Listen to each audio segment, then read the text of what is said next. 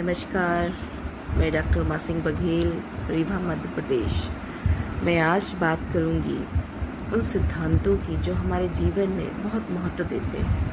वो सिद्धांत जो हमें अंदर से मोटिवेट करते हैं, जीवन की गहराइयों को समझने में हमें शक्ति देते हैं, रिश्तों को समझने में शक्ति देते हैं और रिश्तों में जो विचारधाराएं बनती हैं, अच्छी बुरी, उनको समझने में एक अद्भुत शक्ति और एक आयाम देते हैं।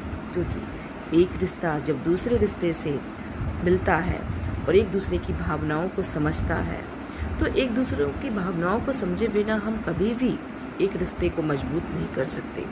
सबसे अहम बात है कि एक दूसरे के प्रति ईमानदारी सबसे महत्वपूर्ण नैतिक फैक्ट है।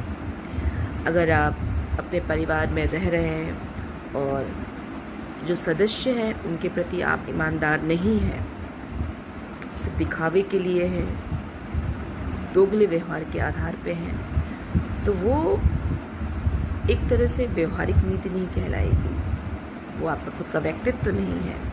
वो व्यक्तित्व जो आप दिखाना चाहते हैं, जो छुपाना चाहते हैं, वो व्यक्तित्व तो कहीं कितनी परतों में छुपा हुआ है, लेकिन सिर्फ आपको ही दिखाई दे रहा है। सामने वाला वो दिखता है जो सिर्फ आप दिखाना चाहते हैं। तो कहने का मतलब ये है कि आप जैसा दिखते हैं वैसे अंदर से भी हो।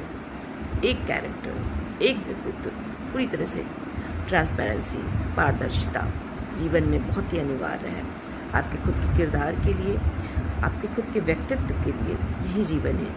जीवन में अनेक प्रकार की कठिनाइयाँ आती हैं, लेकिन हम कठिनाइयों से हमेशा यही सीखते हैं कि जीवन कठिनाइयों का एक गोल वाला है। जीवन कठिनाइयों का एक गोल वाला है। हमें हर वो काम करना है जिससे हमें शक्ति मिलती है, हमें एनर्जी मिलती है और हम अपने भगवान को याद करते हैं। पूजा पाठ, अर्चना, साधना ये अलग चीज़ है, ये हमारे संस्कार है। कि असली पूजा हमारे कर्म है। कर्म के बिना कुछ भी नहीं हो सकता।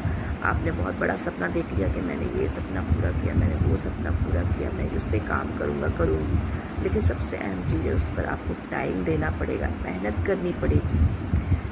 दिन का कम से कम कुछ मिनट, कुछ सेकंड, कुछ घंटे आपको उसमें देने पड़ेंगे।